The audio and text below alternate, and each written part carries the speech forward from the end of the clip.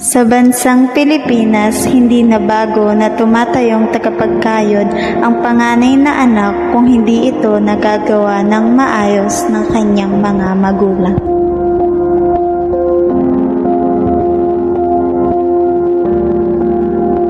Magiging hadlang kaya kay Myrna ang wikang gamit niya sa paghahanap ng trabaho sa Manila?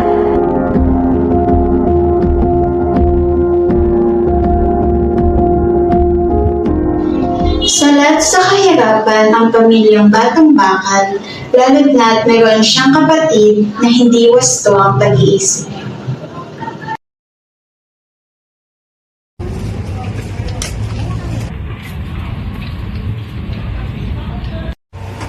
Langga.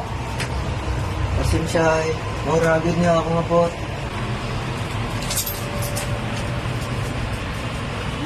Hay, buhay.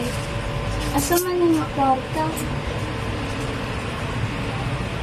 Sa kalagitnaan ng pamomroblema ni Nanay Sonia sa perang tanging natitira ng kanyang pamilya, ay biglang dumating si Aling Suning upang singilin ang utang na kay haba-haba ng pamilyang Batang Bakal. Sonia! Hoy, Sonia! Anus animo, plano nga bayran ng imong utang, ang imong listahan, taas na kaayo. Imong ipasara ang tindahan na mo. Kumbaga kaog na ang mangutang, hunaot unta nga maulaw ka nga makabayad. Pangako na ako inig-abot ni Mirna sa trabaho, bayran dayo unti ka. Kapila na nimo giingon. Suning! Mama! Mama! Mama! Mama! Hilom na anak, pasaylo ako. Langga! Ano nangyari? Maayong balita, inay. Makaagto ko sa Manila, mangita akong trabaho.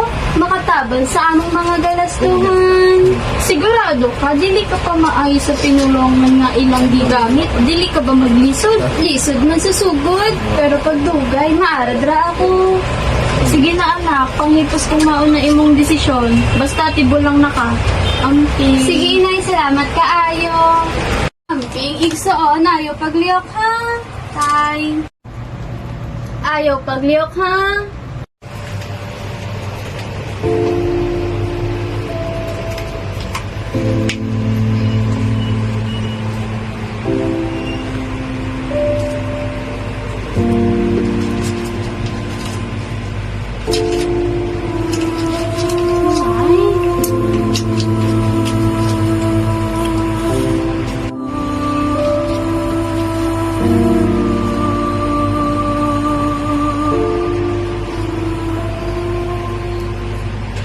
Maaga nang umalis si Myrna upang pumunta ng Maynila upang maghanap buhay.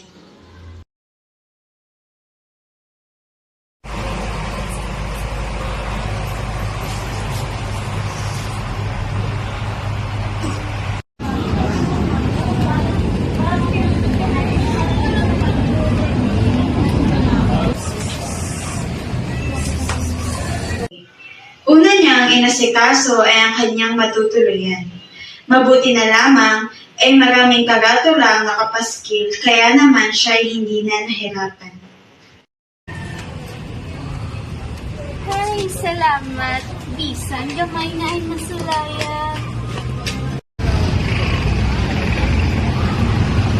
Ingon aning kinabuhi sa Manila, murag makaluya ang kalisod.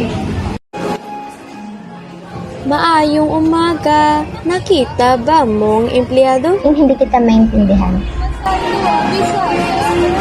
ay hindi ka maaring makapagtrabaho rito, pasensya na. Unang pagtatangka pa lamang ni Myrna sa kanyang pagtatrabaho ay hindi agad naging maganda ang kanyang simula. Kaya naman, hindi ito nawala ng pag-asa at sumubok pang muli.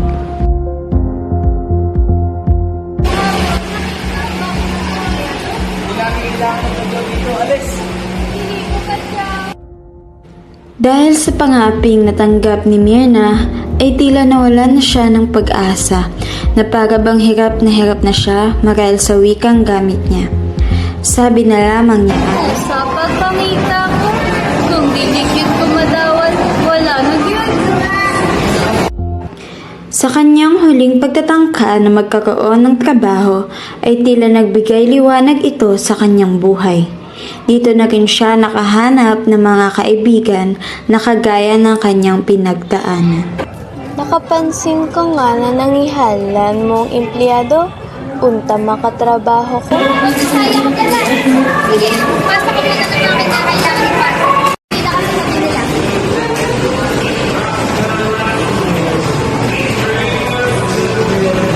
Nagalak si Myrna marahil sa wakas ay tinanggap na siya.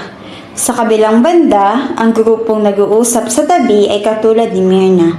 Galing sila sa iba't ibang probinsya na nagtungo rito sa Manila upang maghanap buhay. Yun na nga pala mga natin ng trabaho. Pinagkatupakan tayo hapon. Sa salita nyo, ano yung pa? Saka.